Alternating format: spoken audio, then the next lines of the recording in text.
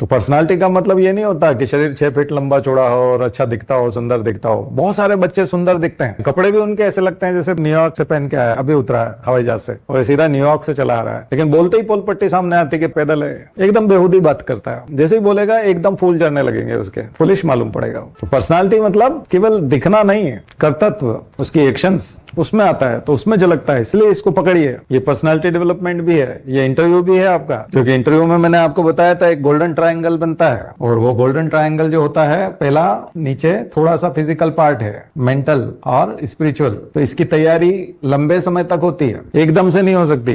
एकदम आप spiritual development नहीं कर लोगे, एकदम से मेंटल डेवलपमेंट नहीं होगा, एकदम से फिजिकल डेवलपमेंट नहीं होगा। एक्सरसाइज करनी पड़ेगी, अपने आप को फिट करना पड़ेगा। मेंटल में खूब पढ़ाई करनी पड़ेगी, पढ़ाई शामिल है। और स्पिरिचुअल में थॉट प्रोसेस किस लेवल का, फिलोसॉफिकल वाला। यानी कि ईश्वर का नाम होता है सकारात्मकता, पॉजिटिविटी। अगर आप ईश्वर को मानते हैं तो आप सकारात्मक हैं, ईश्वर सब कुछ ठीक करेगा, इस पे आपका विश्वास होता है, ट्रस्ट होता है, और आप बहुत सकारात्मक रहते हैं। तो वो डेवलपमेंट, स्पिरिचुअल डेवलपमेंट एक दिन में नहीं होता, प्रैक्टिस करनी पड़ती है, समय लगता है। और वो जिस गति से होगा, ये गति निर्धारित करेंगे। समग्रता क्वालिटेटिव है, क्वालिटी कैसी है, सघनता क्वांटिटी, कितने घंटे पढ़ाई कर रहे हैं, ध्यान भंग कितनी देर में हो रहा है। बहुत ज्यादा तीव्रता से करते हैं तो फिर ध्यान भंग हो जाता है बार बार, तो फिर तीव्रता थोड़ी सी कम करके एडजस्ट करो। और ज्यादा तीव्रता में ध्यान भंग नहीं होता तो फिर बहुत ज्यादा बेटर है। प्रैक्टिस कीजिए कि फोन 6 घंटे तक हाथ नहीं लगाएंगे और लगातार पढ़ाई करेंगे। फिर प्रैक्टिस कीजिए कि अब 8 घंटे बाद फोन को हाथ लगाएंगे। फिर प्रैक्टिस कीजिए कि अब 12 घंटे बाद फोन को हाथ लगाएंगे। तो सघनता बढ़ेगी, तीव्रता भी बढ़ेगी, डिस्ट्रक्शन मिटेगा। तो हर तरह से जो नहीं करना चाहिए उसको भी प्रैक्टिस करिए